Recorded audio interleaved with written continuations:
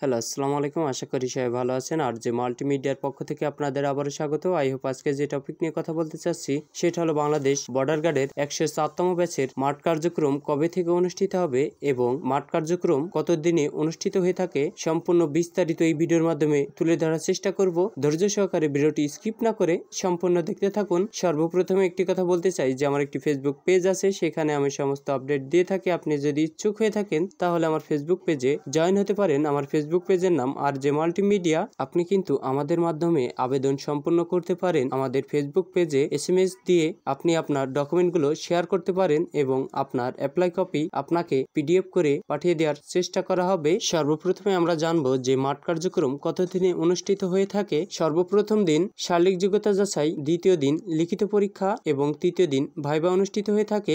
এবার আমরা জানবো যে কোন দিনে কি কি করানো হয়। প্রথম দিন শারীরিক যোগ্যতা যাচাইয়ের দিন আপনাদের সর্বপ্রথম উচ্চতা মাপা হবে এবং ওজন মাপা হবে এবং বুকের মাপ মাপা হবে। তারপর আপনাদের ভি করে দাঁড়াতে বলবে। এই যে আমার স্ক্রিনে দেখতে পাচ্ছেন, আপনার দুই পায়ের হাঁটু যদি একসাথে লেগে যায় তাহলে কিন্তু আপনাদের বাদ দিয়ে দেওয়া হবে এবং তারপর আপনাদের দৌড় দেওয়া হবে দর্জন করে। এটি কিন্তু সবাই কনফিউজ থাকবে না যে দৌড় দিলে মনে হয় প্রথম তিনজনেরই রাখে, বাদ বাকিগুলো বাদ দিয়ে দেয়। আসলে এমন না, সবারই দৌড় করানো হয় যে কে কেমন দৌড় পারে। অনেক লোক আছে তো যে একটু দৌড়তে পারে না, এই কারণেই তারা দৌড় পরীক্ষা করে, দৌড়ে কাউকেই বাদ দেওয়া হয় না। তারপর আপনাদের আবার মেডিকেল হয়। প্রথমে আপনাদের নাক চেক করা হয় এবং পায়ে কেনি আছে কিনা সেগুলো চেক করা হয়। তারপর আপনাদের দাঁতে কোনো সমস্যা আছে কিনা এগুলো চেক করা হয়। এই যে আমার স্ক্রিনে দেখতে পাচ্ছেন ছলি, এই ছলি যদি আপনাদের থেকে থাকে তাহলে কিন্তু আপনাদের সমস্যা হবে এবং চুল যদি পেকে যায় তাও সমস্যা হবে।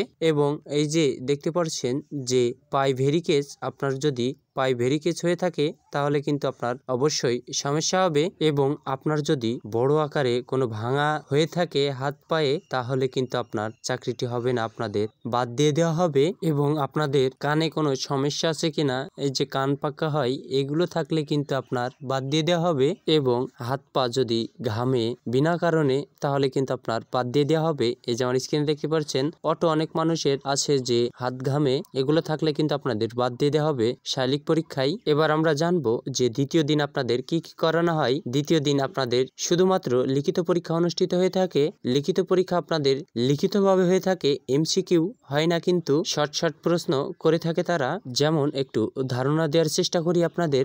বাংলা আছে, ইংলিশে লিখতে হবে, ইংলিশে আছে, বাংলায় লিখতে হবে এবং ভারসাম্য সারণ, এক কথায় প্রকাশ, এগুলোই আপনাদের করা হবে। সেমন কোনো কঠিন প্রশ্নই করা হয় না। এবং তৃতীয় দিন আপনাদের ভাইভা অনুষ্ঠিত হয়ে থাকে। আশা করি বুঝতে পারছেন যে 3 দিনে কি কি করানো হয়। এবার আমরা জানবো যে এই বাংলাদেশ বর্ডার গার্ডের 104তম ব্যাচের মাঠ কার্যক্রম কবে থেকে অনুষ্ঠিত হবে জানিয়ে দেওয়ার চেষ্টা করব। আপনাদের এই বাংলাদেশ বর্ডার গার্ডের 104তম ব্যাচের মাঠ কার্যক্রম শুরু হবে এপ্রিল মাসের মাঝামাঝি দিক থেকে। 20 তারিখের পর থেকে আপনাদের এই বাংলাদেশ বর্ডার গার্ডের 104তম ব্যাচের এসএমএস আসা শুরু হবে।